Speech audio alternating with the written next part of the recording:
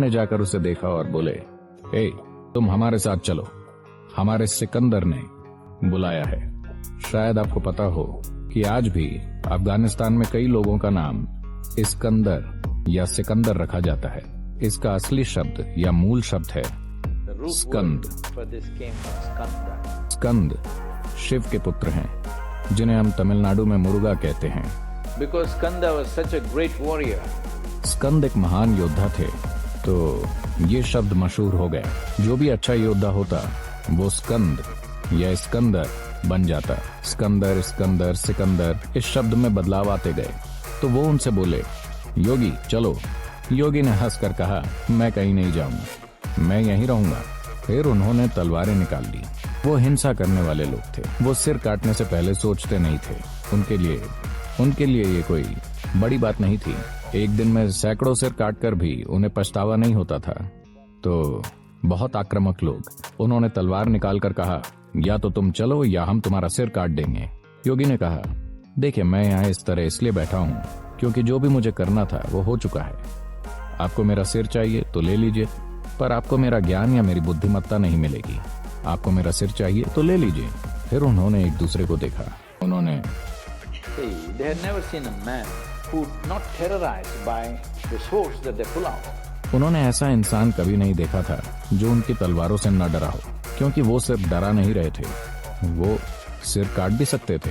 यही उनका काम था। उन्होंने कभी ऐसा इंसान नहीं देखा जिसमें कोई डर ना हो। वो कह रहे हैं, ठीक है, मेरा सिर काट दो। ओ, ये आदमी वाकई अमर होगा।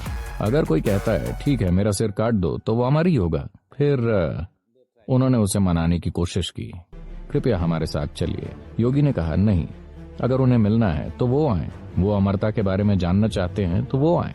फिर सैनिक बोले, अरे, इन्हें इस बारे में पता है तो हमें उन्हें चोट नहीं पहुंचानी चाहिए। और वो वापस चले गए। उन्होंने सिकंदर से कहा, हमें योगी मिल गए हैं, पर वो आना नहीं चाहते। वो कहीं जाकर नहीं सिखाते, आपको वहां जाना होगा। वो स्कूल है। तो सिकंदर खुद वहां गया, घोड़े पर बैठे हुए। बहुत तन कर वो बोला, लगता है आप अमरता के बारे में जानते हैं, मैं भी जानना चाहता हूँ। योगी ने उसकी ओर देखकर कहा, पहले इस मूर्ख घोड़े से नीचे उतरो। आप ऐसे जानवर पर बैठते हैं जो आपसे कम बुद्धिमान है, और अचानक आप ऐसे तन जाते हैं। क्या आपने देखा है, जैसे ही लोग घोड़े पर बैठते हैं उन्हें लगता है कि वो एक बड़ी हस्ती हैं। अगर आप ऐसे जानवर की सवारी कर सकें जो आपसे कहीं ज्यादा बुद्धिमान है, तब कोई बात है। आप एक मूक 4 पैर वाले जानवर पर सवार हैं। वो बेचारा आपको ढोना नहीं चाहता, पर क्या करें। तो सिकंदर नीचे उतरा और उसने पूछा, मैं अमर होना चाहता हूँ, क्योंकि वो अब उतना मजबूत नहीं रहा था जैसा 5-10 साल पहले था। शरीर कुछ समय बाद इस तरह की चोटें नहीं झेल पाता, धीरे धीरे ये थक जाता है। तो वो बोला, मैं अमरता के बारे में जानना चाहता हूँ, क्या आप मार्गदर्शन करेंगे। योगी ने उसे देखा और समझ गए, इससे कुछ बोलकर भी कोई फायदा नहीं होगा। वो बोले, हाँ, अगर तुम अमर होना चाहते हो तो रास्ता इधर से है। उन्होंने पूरा रास्ता समझा दिया। जंगलों से गुजरता हुआ एक कठिन रास्ता।